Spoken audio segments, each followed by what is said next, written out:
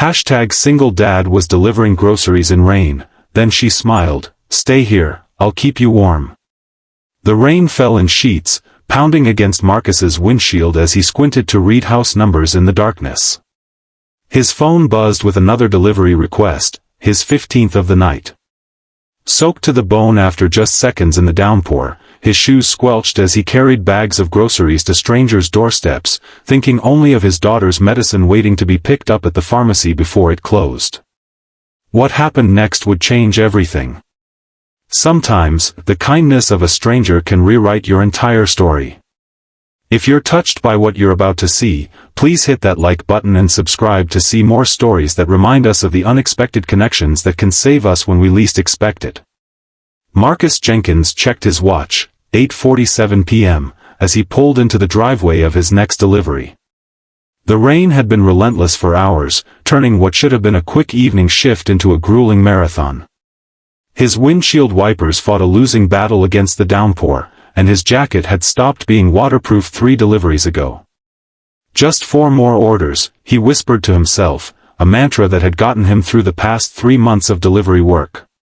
4 more orders meant another $60, and $60 meant he could put gas in the car and maybe, just maybe, have enough left over to buy Lily that Art said she'd been eyeing at the dollar store. Lily. His heart ached thinking about his 7-year-old daughter, probably already asleep at his sister's apartment. Since Melissa had died last year, it had been just the 2 of them against the world. His construction job had disappeared with the economic downturn, and now delivering groceries was all that stood between them and eviction. Marcus grabbed the paper bags from his passenger seat and made a dash for the porch of the modest 2-story home. The address belonged to a Cave Winters, according to the app. Probably another no-contact delivery. Most people preferred not to interact these days. He set the bags down and was about to take the required confirmation photo when the door opened. A woman in her early 30s stood there, her eyes widening at the sight of him drenched from head to toe. "Oh my goodness, you're soaked through," she exclaimed, genuine concern in her voice. Marcus forced a smile. "All part of the service, ma'am. If you could just confirm receipt." "Wait," she interrupted, looking past him at the torrential rain. "Stay here.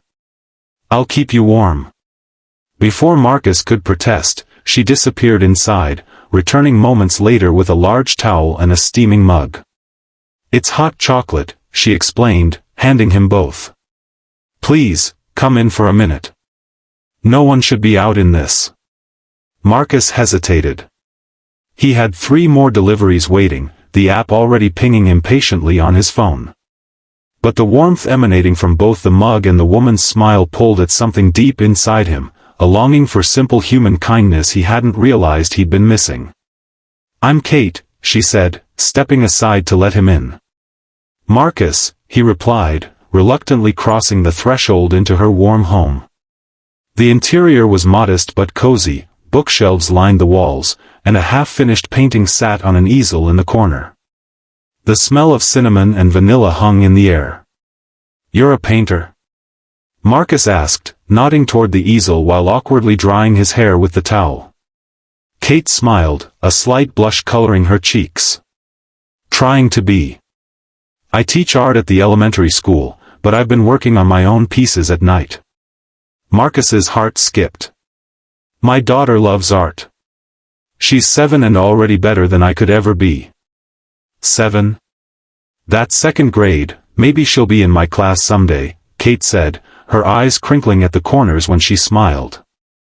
For the first time that night, Marcus felt the tension in his shoulders ease slightly. He took a sip of the hot chocolate, the warmth spreading through his chest. "I should get going," he said reluctantly. 3 more deliveries tonight." Kate frowned. "In this weather? It's getting worse out there." As if on cue, a crack of thunder shook the house, followed by the lights flickering ominously. "All the more reason to finish quickly," Marcus said, though the thought of heading back into the storm made his stomach knot. Kate bit her lip, seeming to debate something internally. "Look, I don't normally do this, but, would you like to wait out the worst of it?" The weather alert says it should pass in about 30 minutes. Marcus glanced at his phone. The next delivery was already 10 minutes behind schedule. But the rain was now coming down so hard it sounded like marbles hitting the roof. I can't afford to miss these deliveries, he admitted, hating how vulnerable the words made him feel. Kate's expression softened. What if I came with you? I have a good umbrella, and 4 hands are better than 2 for carrying groceries. Marcus stared at her, bewildered. Why would you do that? Kate shrugged, already reaching for her raincoat. Because someone once did something similar for me when I needed it most. 30 minutes later, they were laughing in Marcus's car as they pulled away from the second delivery.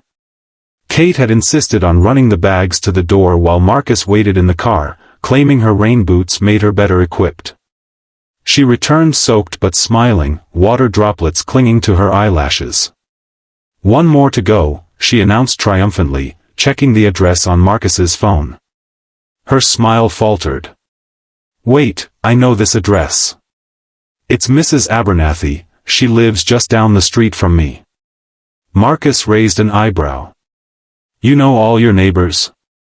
Mrs. Abernathy isn't just any neighbor. She's 86 and has no family nearby. I check on her when I can. Kate's voice grew serious. She wouldn't be ordering groceries this late unless something was wrong.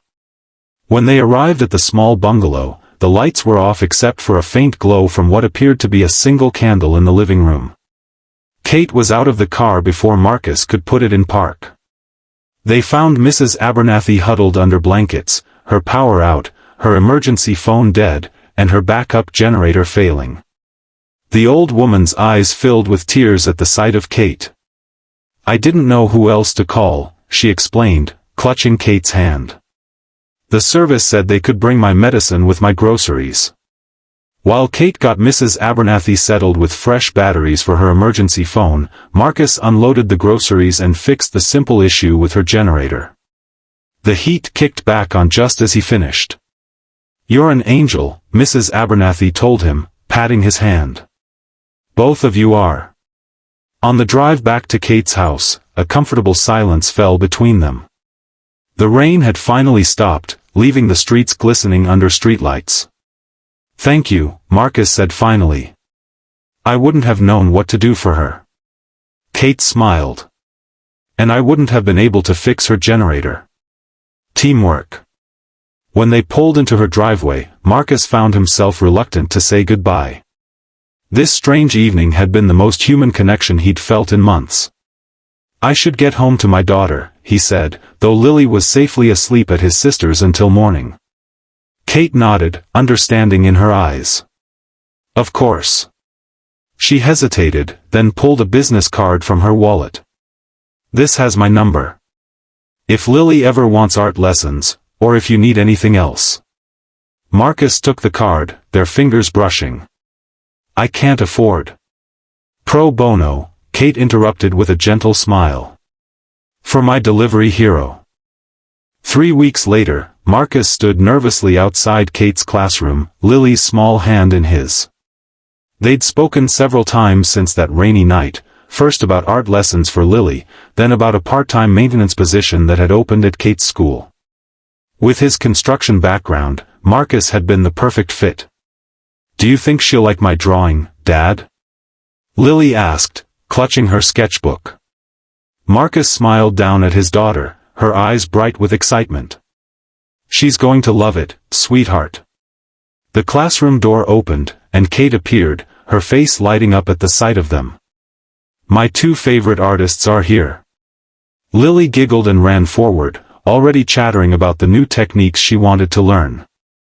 As Marcus watched them together, a warmth spread through his chest that had nothing to do with hot chocolate and everything to do with finding connection when he least expected it. Sometimes the universe sends exactly what we need in the middle of life's storms. For Marcus, it wasn't just shelter from the rain, but a chance to rebuild what had been washed away, hope, purpose, and the possibility that even after great loss, new beginnings could still be waiting just beyond the next delivery. 6 months later, Marcus stood in Kate's living room, helping her hang a new painting, a collaborative piece she and Lily had created together. Mrs. Abernathy sat in the corner armchair, knitting what she claimed would be a scarf but was quickly becoming wide enough to be a blanket. A little to the left, Kate directed, her head tilted critically. Marcus adjusted the frame. Here. Perfect, she said, her smile warming him from the inside out. Later that evening, after Lily had fallen asleep in the guest room that was slowly accumulating her belongings, Marcus and Kate sat on the porch swing, watching another rainstorm roll in. I never thanked you properly, Marcus said quietly. Kate looked at him curiously. For what? For that night. For seeing someone who felt invisible. Kate's hand found his in the darkness.